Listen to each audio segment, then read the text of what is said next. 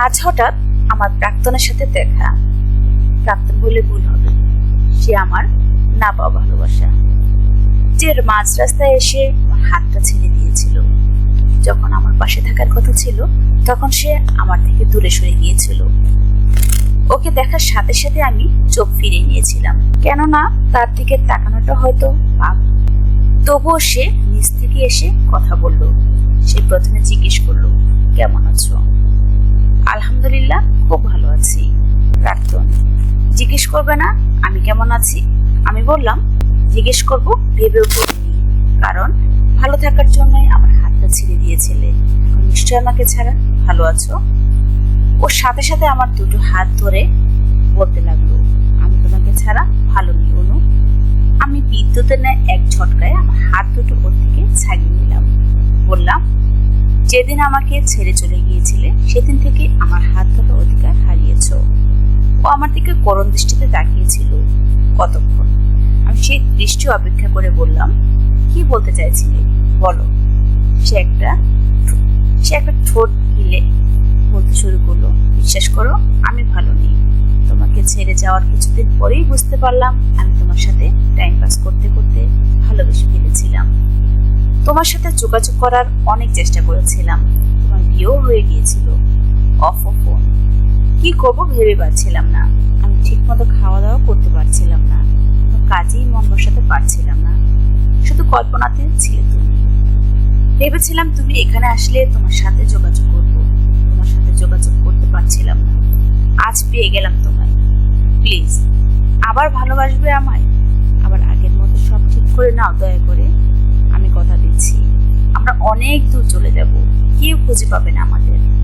ছোট্ট একটা সংসার হবে যেখানে তুমি আর আমি ছাড়া কেউ থাকবে না।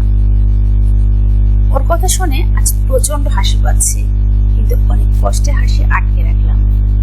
ওর দিকে তাকিয়ে মুচকি হাসি দিয়ে বললাম, এখন তোমার সাথে রিলেশনে গেলে লোকে বলবে মেয়েটা পরক্রিয়া করছে, যেটা তুমি খুব ভালো করে জানো এগুলো আমার পক্ষে সম্ভব না। আর কথা তো তুমি অনেক দিয়েছিলে, আর তো রেখেছো সেগুলা। সে আবার বলল, প্লিজ একটু বুঝো আমার কষ্টটা, আমি যে ভালো নেই তোমাকে ছাড়া। এবার আমি তাচ্ছিলের হাসি দিয়ে জবাব দিলাম, মনে পড়ে সেদিনের কথা, যেদিন তুমি আমায় ছেড়ে গিয়েছিলে। ভেবেছিলে আমার কষ্টটা মনে পড়ে, কিভাবে তোমার পায়ে পড়ে আমি একটু ভালোবাসা ভিক্ষা চেয়েছিলাম। আমি বলেছিলাম, বিয়ে ঠিক হয়ে গেছে, চলো আমরা পালিয়ে যাই, এমন জায়গায় যাব যেখানে কেউ খুঁজে পাবে না আমাদের। ছোট্ট একটা সুখের সংসার করে তুলবো আমরা। আর তখন তুমি আমাকে সরাসরি ফিরিয়ে দিয়েছিলে, বলেছিলে তুমি আমাকে কখনোই ভালোবাসো, আর এগুলো তোমার দ্বারা সম্ভব না।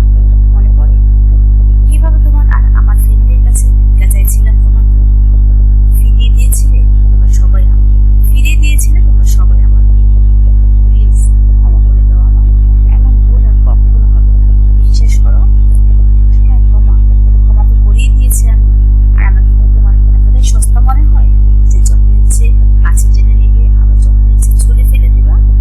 আর কোনো রাস্তা খোলা নেই। আমি এখন কারো বিপরীতে স্ত্রী এবং তার সন্তানের মা হতে চলেছি। কথাটা শোনার সাথে সাথে সে আনন্দ চোখে আমার দিকে তাকালো। দাদা আমার আমিও এতটাই কষ্ট করেছিল, আমারও ঠিক এতটাই কষ্ট হয়েছিল। আর আমি এতটাও মহান না যে তার কষ্ট তুলে রাখতে, তার কষ্ট দূর করতে গিয়ে আমি আমার হাজবেন্ডকে ঠকাবো, মা বাবার মান সম্মান হিসাব করবো। আমি ওরে আর কোনো কথা বলার সুযোগ না দিয়ে চলে আসলাম। একবারের জন্য পিছিয়ে ফিরে দেখলাম না, সে জল ভরা চোখ নিয়ে আমার চলে যাওয়া দেখছিল।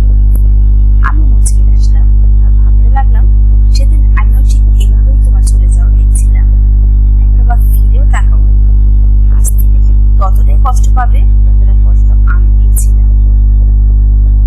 আজ থেকে তুমিও প্রতিদিন রাত জেগে দেখে কাঁদবে যতটা আমি কেঁদেছিলাম। আমি কেঁদেছিলাম তুমি আমাকে ছেড়ে গিয়েছিলে, তুমি কাঁদবে আমাকে অন্য কারোর সাথে সুখী দেখবে। তুমি বিশ্বাস করো, আমি তোমার সাথেই সুখী হতে চেয়েছিলাম। আমি তোমার সাথে সারা জীবন থাকবো বলে হাজার স্বপ্ন করেছিলাম। তোমাকে না পাওয়ার যন্ত্রণা আমাকে সারা জীবন পড়াবে। স্বপ্নটা হয়তো আমাকে আজীবন করতে হবে। ভালো থাকতে চেয়েছিলাম তোমার সাথে, শান্তি চেয়েছিলাম।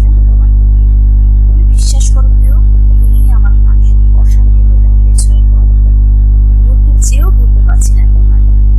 সমাপ্ত। নেক্সট কথা নিয়ে হাজির হচ্ছি খুব তাড়াতাড়ি। আল্লাহ হাফেজ।